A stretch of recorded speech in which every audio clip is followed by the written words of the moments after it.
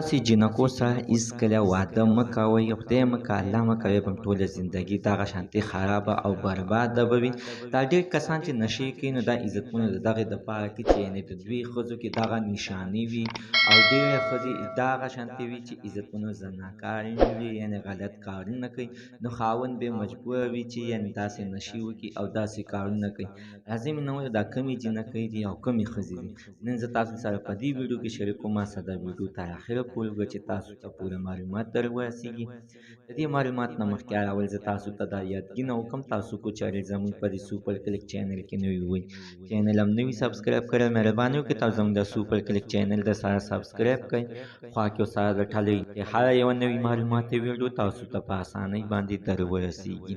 عزتمنو نن سبا داسې وخت دی چې یعنې هر یو کس غواړي چې زه یعنې ښځې کې رشته وکړم، خو عزتمن دا ده چې ښایست ته مه ګورئ. هر ځای کې چې رشته کوئ خیر دې وي بدرنګه دې وي خو چې اخلاق یې ښه وي، ځکه عزتمن دا ستا د ټولې زندګۍ کوشش کوه چې ښایسته هم وي او اخلاق یې هم ښه وي. خو عزتمن نن سبا کمترې داسې میلاویږي چې ښایسته هم وي، سپین وي او ښایست هم وي. نو عزتمن دغه جینۍ کې به هېڅکله څه ادب به پکې نه وي، دا به په خپل ښایست باندې یعنې مغروره وي.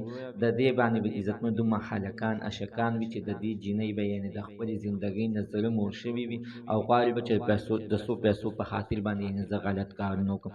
نو عزتمنو کوشش کوئ د بدرنګي د ښایسته جینۍ نه مکمل ځان وساتئ او کوشش کوئ چې دې ته ګورئ چې اخلاقي وي، چې چېرې اخلاقي وي بیکګراونډ دې ګورئ یعنې چې کوئ کو چېرې اخلاقي نه وي نو کوشش کوئ داسې جینکۍ سره هېڅکله واده مه کوئ، ځکه عزتمنو چې دا چې دی نه ستا په کار راځي نه ستا د یعنې ستا مور او پلار له خوا لازمي خدمت به کوي، کور کې کار خو به کوي.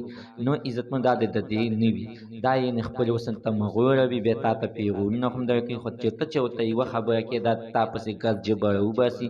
نو عزتمن دې سره به هېڅکله د چا ټیم نه تېرېږي. زموږ ورسې عزتمن ته نوې معلومات د دې ځای پورې د نوي معلومات دپاره د سره زموږ د سوپر کلیک چینل د سره سبسکرایب کړئ، خوا کې سره د ټل چې هر یوه نوي معلوماتي ویډیو تاسو ته په اسانۍ باندې در ورسي.